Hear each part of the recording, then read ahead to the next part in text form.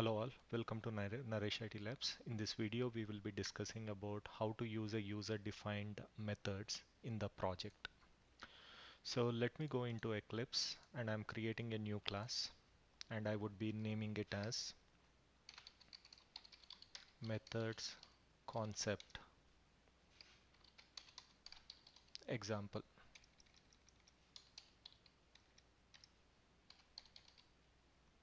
So public static void main I'm selecting, click on finish button. So in the previous video, we have discussed about what are methods in Java. Like we have inbuilt method and user-defined methods. And in user-defined methods, we have method without arguments and method with arguments. So we will be discussing some examples, practically way to use method without arguments and method with arguments.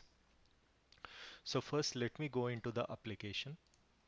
So I'm opening an application which is open source demo Orange HRM. So there is an application called Orange HRM application. So this is the application on which we are going to see this. So here there are a couple of activities that we can do on this application. Suppose there is a test case. So the test case 1 says, so the user will be logged in. So what the user, like the admin user. So admin user can log in. This is the first thing.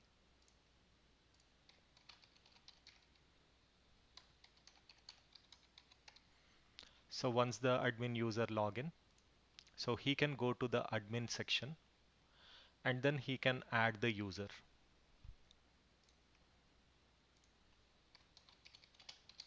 Add user. Once he add the user by filling all the details, like all the various details he can fill, and finally he can log out from the application.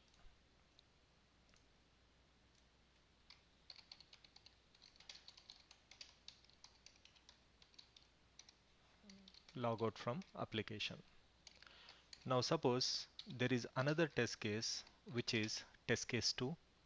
So in test case 2, a normal user, like I have registered with Orange HRM. I am logging in with my username and password. When he click on login button, so being a normal user, I can go into the leave and I can apply the leave. So I can start applying the leave, or I can cancel my leave, right? So Naresh logging in, apply for leave and log out from application.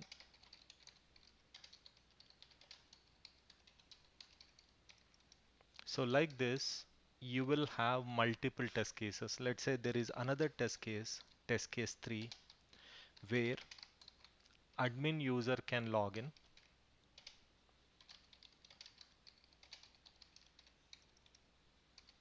Admin user can log in. He can approve the leave and he can log out from application.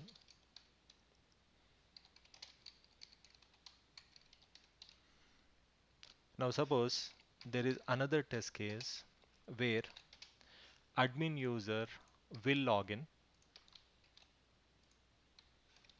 and he can decline the leave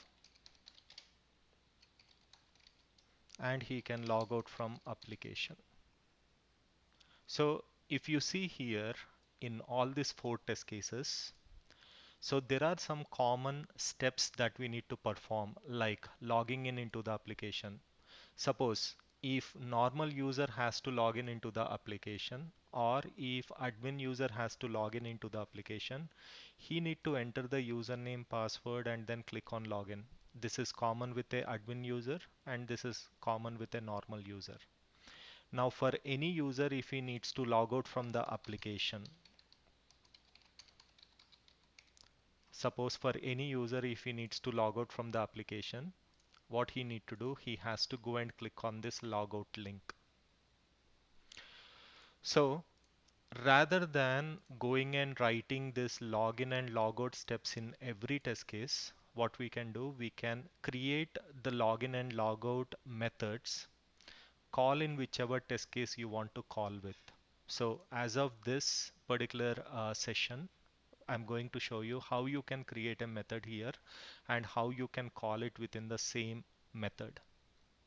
So first I'm creating a method. So public static void login. Open and close the brackets, open the curly brackets and close the curly brackets. So this login method can be used by admin user, can be used by admin test cases, can be used by normal user test cases. So what is the login credentials for admin user? The login credentials will be admin admin123, and for normal user Naresh test1234. So now I will start passing the parameters, because the same method can be used for admin user and the same method can be used for normal user. So where the admin user or normal user, where the username is string username, and the password admin1234 or test1234, where it is also a string password. So now here I am simply writing system.out.println, but later when we start with Selenium, these steps will be of Selenium code. So here I am writing user name entered is. So the username will be passed as a value from here, where I am going to concatenate this username. Now system.out.println, this step also will be your Selenium code. I'm simply writing the sysout here. Password entered is plus, this is the password. And the last step, system.out.println, clicked on login button. So this is the method for the login. Now log out from the application. Now if you see these steps, these steps, these steps, these steps are not common. So the steps which are common is logging in and logging out. So I'm creating another method for logging out from the application. So here we don't need to pass any argument, because if it is a normal user or admin user, they will go and click on logout link, where we don't need to have any arguments. So I'm simply writing system.out.println clicked on logout link. Now suppose in this test case, if a person wants to use it, so what he can do, he can simply go here, call the login method, login control space. You can see the method name here. Now the admin user has to log in. So the admin user is passing his username and he is passing the password.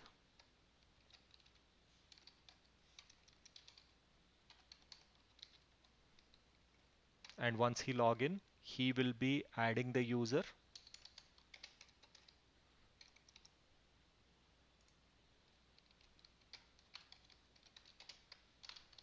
adding user, and then he will, once he add the user, he will log out from the application. Now suppose in this test case, if we are using the login method, where Naresh will log in with his username and password, where he is a normal user, he will simply call the method where he is logging in with his username, and he is logging in with his password, and then he will basically apply for the leave,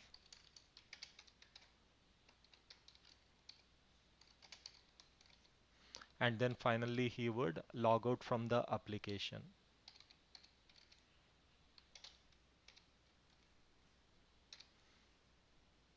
Now in this test case, if he needs to log in with a admin user, he can call the same method. He will just pass the arguments as username and password of admin so that he will be logged in as a admin user.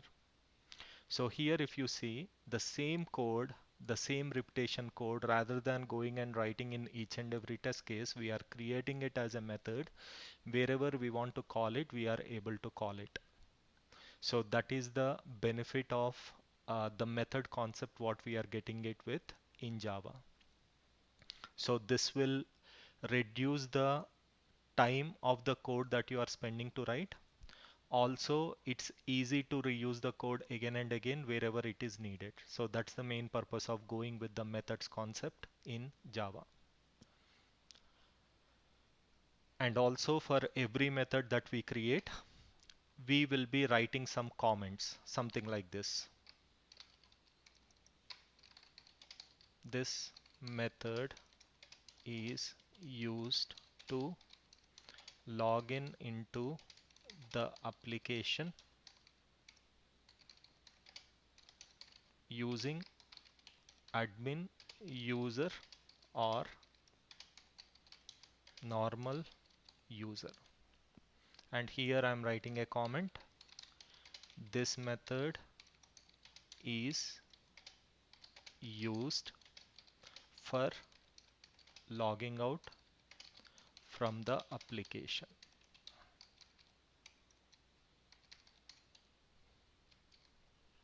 So this is all about how practically you will be using the methods concept in Java. Thank you for watching. See you in the next video.